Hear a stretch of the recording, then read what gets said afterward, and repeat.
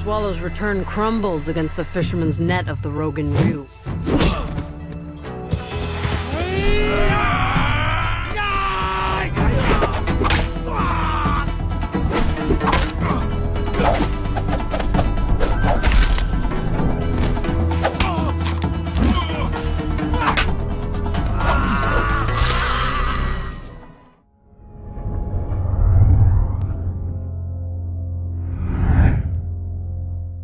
Episode 1. Hammer Scale. In 17th century Japan, those who are not of pure Japanese blood are deemed subhuman and ostracized by society. This prejudice forces the blue-eyed Mizu to live in shame and seclusion. The fact that he's of mixed race leads him on a quest for vengeance against the only 4 white men who were present in Japan during his birth, as one of them must be responsible for his existence. Having already killed Violet, one of the 4 white men, Mizu continues his journey to find the remaining 3. One day, Mizu enters a noodle shop where Ringo is serving customers. Inside, a scummy flesh trader named Hachi is tormenting Ringo for his birth defect of having no hands, and eventually brandishes a gun at him. Observing this, Mizu calmly rises from his seat and inquires about the origin of Hachi's gun. Initially, he refuses to answer, but when Mizu reveals that he has been following him, Hachi aims his gun directly at his face. In the blink of an eye, Mizu grabs a knife from a nearby table and, with remarkable precision, severs Hachi's fingers. Mizu then repeats his question, compelling the now terrified Hachi to reveal that he has purchased the gun from a black market merchant named Heiji Shindo. While praying in a shrine, Mizu reminisces about his journey to becoming the skilled swordsman that he is today. As a child in the small village of Kohoma, he was constantly bullied for his blue eyes, particularly by one cruel boy. And during one such altercation, the bully was about to end Mizu's life with a rock when, almost miraculously, an asteroid struck the earth nearby, causing the bullies to scatter. Still on the ground, Mizu watched on as Master Eiji, the village's renowned blind sword maker, arrived, and with Mizu's help, Eiji took the asteroid into his forge. Over time, Mizu became Eiji's apprentice and began training with the swords that they made, with Eiji accepting Mizu even after finding out about his blue eyes. As Mizu walks through the city of Kyoto to the Shindo school, he momentarily crosses paths with Princess Akemi, who's on her way to persuade her father, Lord Daichi, to approve her engagement to the respected samurai Taigen. Inside the Shindo school, despite being repeatedly told that he can't meet Master Shindo, Mizu remains adamant. This leads him to engage in a fight with many of the schooled swordsmen, defeating them effortlessly using one of their wooden swords and their own dislodged teeth as bullets. Realizing that their defeat is imminent, the students summon the school's most skilled fighter, Taigen, who's interrupted while celebrating his engagement to Akemi. As Taigen knocks Mizu to the ground, Mizu looks at Taigen's face and realizes that he's the boy who used to bully him back in Kohoma when they were children. Recognizing Mizu, Taigen takes him outside for a genuine sword fight, which results in Mizu swiftly pinning Taigen to the ground, only to be saved by Master Shindo's arrival. Master Shindo, who is forced to answer Mizu's question about his brother Heiji, reveals the location of Heiji's formidable castle. Seeking to clean his wound, Mizu heads to a nearby waterfall, and after ensuring no one is nearby, he lets his hair down, takes off his clothes, and washes his body. While resting in the water, Mizu suddenly hears someone approaching, causing him to instantly pick up his sword and wield it at whoever it is, only to find out that it's Ringo. At the same time, Ringo is surprised to discover that Mizu's blue eyes aren't his only secret, as Mizu is in fact a woman. Episode 2. An Unexpected Element. Despite Ringo's persistence, Mizu continues to vehemently reject his assistance, even threatening Ringo's life. However, upon recognizing his bravery, usefulness, and promise to keep her secret, Mizu reluctantly accepts him as her apprentice. Noticing his unexpected stealthiness, she attaches a bell to his leg to prevent him from ever sneaking up on her again. Meanwhile, in his chamber with Akemi, Taigen expresses his humiliation at Mizu's hands, as instead of killing him, she merely gave him a bald spot on his head. Comforting him, Akemi reminds him that this wasn't the official duel, and he was drunk and unfocused. And this leads Taigen to the idea of officially challenging Mizu to a duel to reclaim his honor by killing her. Akemi, frustrated that Taigen left her before their marriage, is summoned by Daichi to meet with the advisors of the shogun, the military dictator of Japan. They're seeking a new wife for the shogun's younger son, Ito Takayoshi, a man known for his peculiar tastes. Despite Akemi's reluctance, The advisors present her with numerous gifts, including a nohaguru set, which is a traditional teeth blackening kit, as Takayoshi prefers his wives to have black teeth. Horrified by this prospect, Akemi pleads with her father not to marry her off to the shogun's son, but when he insists, she decides to run away. While resting on top of a mountain, taking in the breathtaking view, Mizu's solitude is interrupted by the arrival of Heiji's notorious Four Fangs, a group feared by all as ruthless killers. A vicious fight then ensues, with Mizu using the terrain to her advantage to take down the Four Fangs. She leads them down the treacherous slopes of the mountain, her blade slicing through them one by one, their bodies tumbling down to their deaths, a grim reminder of her skill. Meanwhile, after savoring the town's local noodles and witnessing an impressive sumo match, Ringo partakes in a traditional contest called the Hadaka Matsuri, aka the Naked Festival.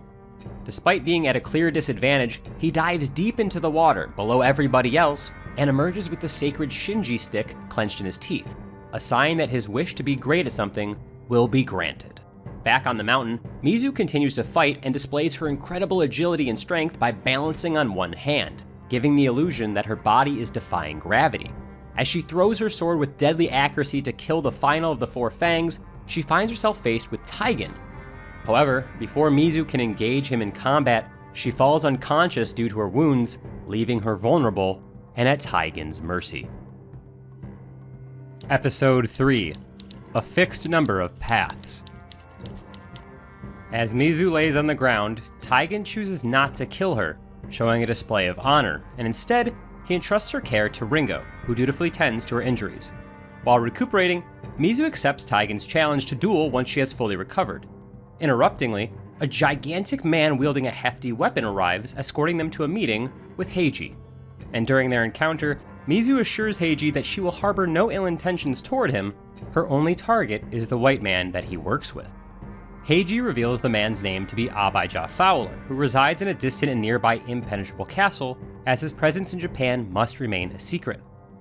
Realizing that Fowler's trade with Heiji must be extremely profitable for Heiji to be willing to let her kill him, Mizu expects an ambush. She confronts Heiji, whose true intentions are revealed when he discloses that the presence of an army of archers is surrounding the mountaintop. At his signal, a thrown red ribbon, the archers would begin firing at her.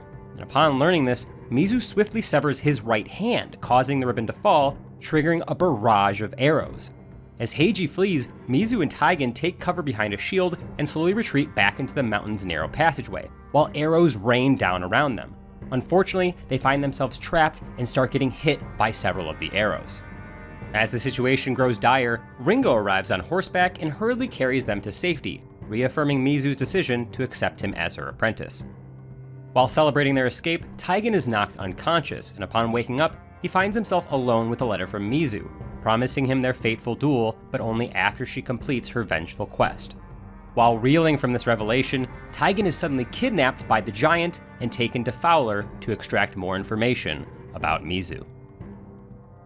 Episode 4: Peculiarities. In the heart of Madame Kaji's brothel, with her and reveals her knowledge of Kaji's frequent visits to Fowler's castle, and requests a detailed description of the castle to aid her infiltration. As she recalls Fowler's cannibalistic desires, Kaji's demeanor shifts from welcoming to somber. In return for the information, Kaji tasks Mizu with a mission to rescue Kinyuo, one of her girls, from the clutches of boss Hamada, the local crime boss. The goal is to kill Kinyuo and make it look like an accident, as otherwise Hamada would know that it's Kaji's doing and bring his wrath upon the rest of her girls. While traveling from town to town, tirelessly searching for Taigen, Akemi finds hope once she spots Mizu. This leads her to join Kaji's brothel, as she expects Mizu, like every other man, to visit at least once. Before entering Mizu's chamber, Akemi spikes the sake and then puts on a deceitful smile. As Mizu is about to sip the sake, she casually mentions that she recently killed a renowned samurai from Kyoto, and this leads Akemi to become enraged and attempt to stab Mizu in retaliation, but Mizu swiftly disarms her and pins her down. Mizu then reveals that she recognizes Akemi as the princess of Kyoto and confesses that she didn't actually kill Taigen, much to Akemi's relief. Meanwhile, death might actually be preferable to Taigen's current state, as he's enduring horrific torture in Fowler's dungeon, refusing to divulge any information about Mizu despite the relentless torment leaving him bloody and bruised all over. Under the cover of darkness, Mizu embarks on her mission to rescue Kinyuo. She skillfully infiltrates Hamada's building, evading the guards, and finds Kinuo quickly. Initially, Kinuo is distrustful due to the atrocities that she's endured at Hamada's hands, but she eventually accepts Mizu's help and finds solace lying on her shoulder. With a heavy heart, Mizu ends Kinuo's suffering by snapping her neck, then making it appear as if one of Hamada's men was responsible. As Mizu makes her escape, she's spotted by a young boy, and despite the risk, she decides to let him go. Upon returning to Kaji and reporting the success of her mission, Kaji provides Mizu with a map revealing the secret tunnel into Fowler's castle. However, their victory is short-lived as Boss Hamada and his men storm the brothel, ready to wreak havoc, having been tipped off by that same young boy. Episode 5: The Tale of the Ronin and the Bride.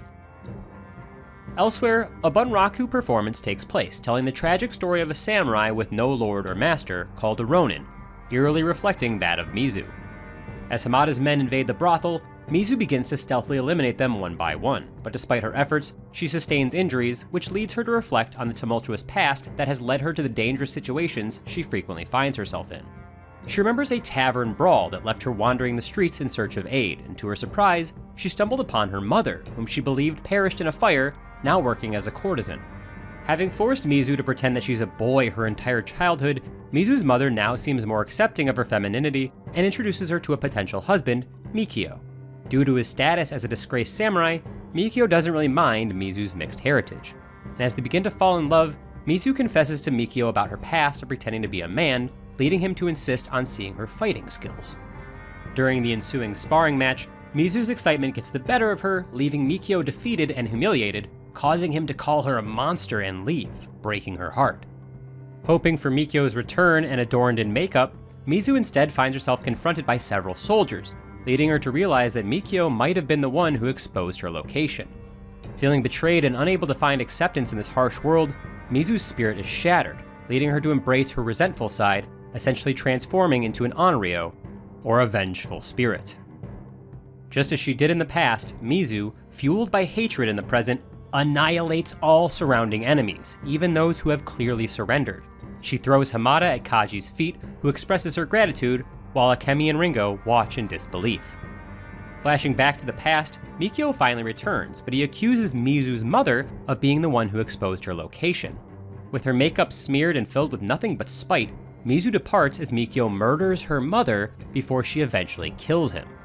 Suddenly, Daichi's men arrive with orders to bring Akemi back to her father. Expecting Mizu to protect her from her father's soldiers, Akemi feels betrayed when Mizu allows them to capture her and take the princess away. Realizing that Mizu lacks honor, Ringo confronts her and resigns as her apprentice, throwing his bell at her. As the Bunraku performance in the Shogun's palace concludes with the Ronin transforming into an onryo, Akemi confesses that she once encountered an onryo, and what she saw in its eyes was nothing but darkness. She says this with her teeth now completely blackened. Episode 6: All Evil Dreams and Angry Words. Guided by Kaji's map, Mizu ventures into the secret tunnel of Fowler's castle, but she quickly realizes the perilous nature of her mission when she encounters a trap that floods the entire tunnel with water. Forced to hold her breath, she skillfully picks the door lock and infiltrates the castle, and after eliminating one guard after the other, the alarm is sounded. Meanwhile, Fowler and Heiji are in a meeting with the Shogun's advisors, plotting to overthrow the Shogun by importing a multitude of guns from England. Despite her speed, Mizu is injured inside a crushing wall trap, with a blade piercing her foot. The next trap that Mizu runs into is a punji spike pit, but she narrowly avoids falling into it. She then faces numerous soldiers, but despite being outnumbered, she manages to defeat them by using their own swords and even their severed limbs, throwing them into a pit. The next trap proves to be even more devious. A seemingly innocent monkey presents her with a beautiful flower, before spraying her with a hallucinogenic substance. As she hallucinates, she's attacked by a horde of monkeys with glowing red eyes, forcing her to use a grenade to blow up the room and escape. In the cell block, after defeating zombie-like creatures, Mizu hears the tormented Taigen calling her name from inside a cell. But determined to kill Fowler, she decides to carry Taigen and continues her ascent upwards. Upon encountering the giant, a fiery battle ensues, with the giant sustaining severe injuries, including a bitten-off nose and a sword through the neck, eventually meeting his demise when Mizu plunges another grenade into his neck, blowing him to pieces. After saving Taigen from falling to his death, Mizu climbs up the side of the castle and finally enters Fowler's chambers. Proving to be a formidable opponent, Fowler overpowers Mizu, and he repeatedly punches Taigen and is about to kill him when Mizu, remembering Ringo's words, decides to act honorably this time. She lunges at Taigen, taking him out of Fowler's grasp, and they both crash through the window, plunging into the freezing water below. Despite Mizu's best efforts to swim to the surface, she begins to drown, only for Ringo to once again show his loyalty by appearing at her most critical moment. Episode 7. Nothing Broken. Unconscious but still alive, Mizu and Taigen are transported by Ringo to Master Eiji's forge, as he knows that Eiji is the only person besides himself who would be willing to care for Mizu. Weary of his secretive existence, Fowler decides to abandon his castle, and ready to execute his nefarious plan, he sets his sights on Edo, where the shogun resides. Now promised to Takeyoshi, Akemi is frustrated by the depressing turn that her life has taken, leading her to attempt to take her own life. Thankfully, Seki, the man who raised Akemi and has always been her mentor, arrives just in time to save her. He assures her that the situation can be salvaged if she just finds a way to win over Takeyoshi's heart. This prompts Akemi to approach Takeyoshi, and she discovers that his cruelty stems from years of trauma and embarrassment due to a severe stutter. Recognizing his need for affection, Akemi skillfully seduces him, making him fall for her. In an open space near Edo, Fowler reveals to Heiji that he's smuggled 2,000 rifles and ammunition into the country. He demonstrates their potency by shooting a man in the distance, revealing that it's the shogun's advisor, who Fowler realized was planning to betray them. With the arrival of Kaji and her girls to attend Akemi's upcoming extravagant wedding, Akemi devises a plan. She generously compensates Kaji to buy her girls and offer them employment, giving them the freedom to leave if they wish. Moved by this generous offer, one of the girls, Issei, breaks down in gratitude and informs Akemi about Fowler's impending attack. Akemi immediately takes Issei to her father, pleading with him that they must evacuate Edo or they will all perish. Shockingly, Daichi responds by pushing Issei out the window, killing her, before capturing Akemi, revealing to her that he's aware of Fowler's attack and has decided to betray the shogun, ultimately planning to usurp his position. Episode 8. The Great Fire of 1657. In a bold demonstration of his loyalty to Akemi, Seki makes his entrance. His sword is raised in a deadly threat against Daichi, which allows him to liberate Akemi. As they attempt to pass through Daichi's guards, they find them all instantly slain, thanks to Mizu's perfectly timed arrival. Outside the city, Taigen and Ringo, wanting to attract the shogun's attention, force their way through the front gates. Thrown at the shogun's feet, Taigen informs him of Fowler's approaching army, who are armed to the teeth with guns. To confront Fowler's army, the shogun's guards quickly seal the city gates and send out their first line of defense. However, they soon realize that they're extremely outmatched as the bullets from Fowler's rifles decimate their ranks, allowing Fowler to advance. As the city's archers begin firing at Fowler's men, they retaliate swiftly, killing all of them while only losing a single soldier compared to the multitude that the shogun has lost so far. In less than an hour, the entire shogun's guard has fallen, allowing Fowler to reach the shogun and shoot him in the face. As Fowler aims his rifle at the older son of the fallen shogun and about to pull the trigger, Mizu finally makes a heroic entrance, slicing Fowler's rifle in half.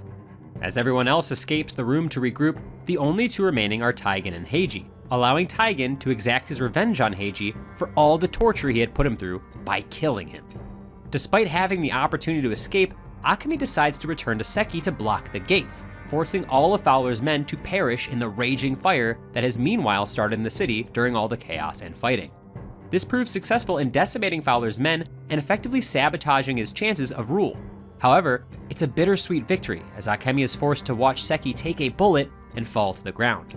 With his final breath, he encourages Akemi, telling her that she's the only one deserving to rule Japan.